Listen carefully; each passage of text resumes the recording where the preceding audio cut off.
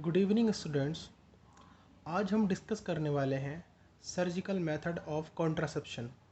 Surgical method of contraception होता क्या है, यानी कि परमानेंटली कॉन्ट्रासेप्शन को अपनाना और परमानेंटली प्रेगनेंसी को अवॉइड करना या बच्चे को जन्म देने से अवॉइड करना, ये सर्जिकल मेथड के अंदर आता है। सर्जिकल मेथड को हम स्टेरिलाइजेशन यानी कि एक तरह से नसबंदी कह लीजिए, इसको नसबंदी मानते हैं। नसबंदी में परमानेंटली जो होते हैं मेल और फीमेल, ये दोनों में अलग अलग की जा सकती है, जिसके द्वारा मेल और फीमेल अब कैपेबल नहीं होते हैं रिप्रोडक्शन के लिए। स्टेरिलिटी उनके अंदर बन जाती है, यानी कि वो अब गैमेट्स को रिलीज़ ना कर करके प्रेगनेंसी को लीड नहीं कर सकते।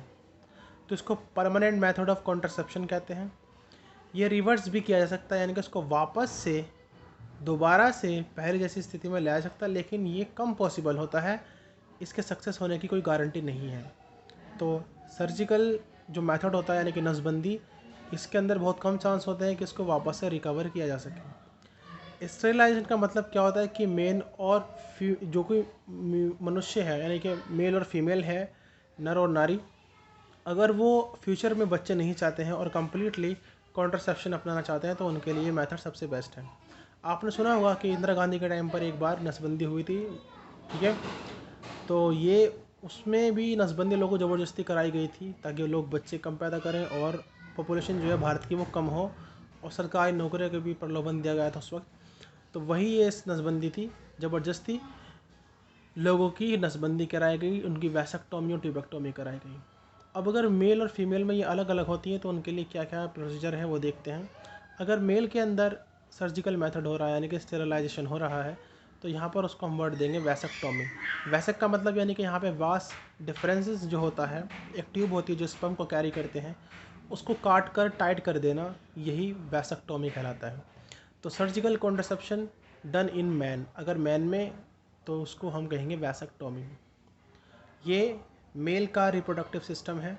इसमें आप जाहिर से देख सकते हैं कि ये टेस्टिस हैं दोनों तरफ, क्योंकि एक पेयर टेस्टिस का होता है, और टेस्टिस से निकलती है वास डिफरेंसेस जो कैरी करती है स्पर्म्स को, कहाँ पर, सेमिनल फ्लूइड के अंदर, सेमिनल वेसिकल के अंदर, और सेमिनल वेसिकल मिल जाती है यहाँ पर आपके, यानी कि जो यहाँ पर यूरेथ्रा होता है।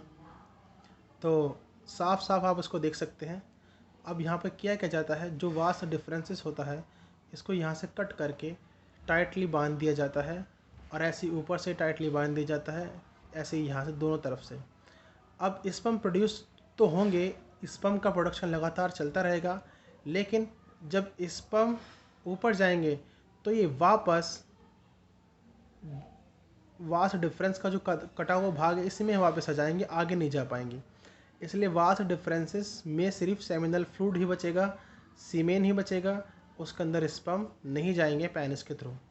तो ओनली सीमेन ही आगे जाता है, स्पर्म नहीं जाते। इस तरह से कोइटस के दौरान सीमेन ही आगे जाता है, ड्यूरिंग द इजैकुलेशन स्पर्म आगे नहीं जाते हैं, ठीक है। तो ये था वैसेक्टोमी। वैसेक्टोमी को अगर हम रिकवर करवाना चाहते हैं तो उसके लिए काफ़ी खर्चा आता है, काफ़ी कॉस्टली होता है, और कोई गारंटी नहीं है कि आगे जाके सक्सेस हो। तो इसीलिए इसके रिकवरिंग के या फिर इसको वापस से रिवर्स करने के चांसेस बहुत कम होते हैं, और ये थोड़ा सा ख़तरनाक भी होता है। तो परमानेंटली मेथड है। इसके बाद अगर मतलब पक्का डिसाइड कर ही लिया है कि अब हमें बच्चे नहीं चाहिए, अब इस तरह से हमें कॉन्ट्रासेप्शन अपनाना है, हमें परिवार नियोजन करना है अपना, ठीक है। क्योंकि बार बार गोलियां और बाकी जो कॉन्ट्रासेप्टिव मेथड्स होते हैं उनको यूज़ कर करके इंसान कभी कभी उब जाता है, और वह परमानेंटली ये ठान लेता है कि अब हमें कोई बच्चा नहीं चाहिए बस, तो तब इस मेथड को अपनाना चाहिए। दूसरी बात, जो वैसेक्टोमी होती है या सर्जिकल जितने भी कॉन्ट्रासेप्टिव मेथड्स होते हैं, ये एसटीडीएस को फैलने में हेल्प नहीं करते, यानी कि एसटीडीएस इनके कराने के बाद भी फैलने के पूरे चांस रहते हैं। एसटीडीएस का मतलब होता है सेक्सुअली ट्रांसमिटेड डिजीज़। तो आई होप आप समझ पाए होंगे। आज के सेशन में इतना ही रखते हैं, कल हम शुरुआत करेंगे ट्यूबेक्टोमी से। धन्यवाद।